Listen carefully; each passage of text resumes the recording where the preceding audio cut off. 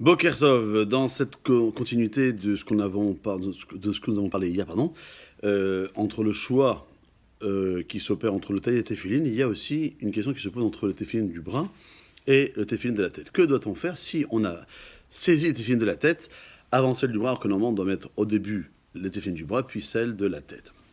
Alors il faudra suivre l'ordre habituel et de ne pas mettre le téphilin de la tête en premier, même si de manière générale, il n'est pas conseillé de repousser une mitzvah qui se présente à soi.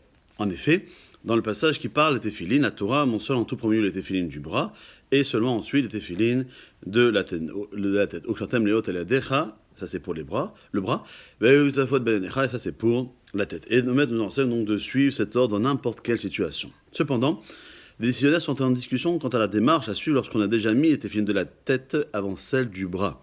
Selon le Yalkut Yosef, on ne les enlèvera pas, sauf si on se trouve avant la beracha.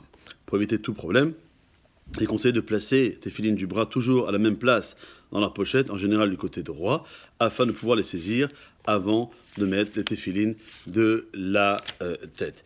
La question subsidiaire qui va avec ce problème-là, c'est à quel moment faut-il sortir de leur pochette les téphilines de la tête lorsqu'on a déjà mis les téphilines du bras dans l'ordre normal.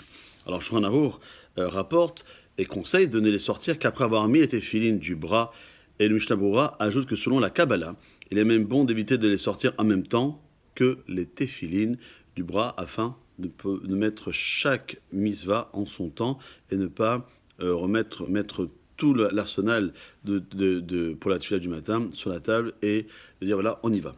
En talit, puis on sort les téphilines du bras, puis les téphilines de la tête. Voilà pour aujourd'hui. Passez une très très bonne journée. À demain, Kol Tov.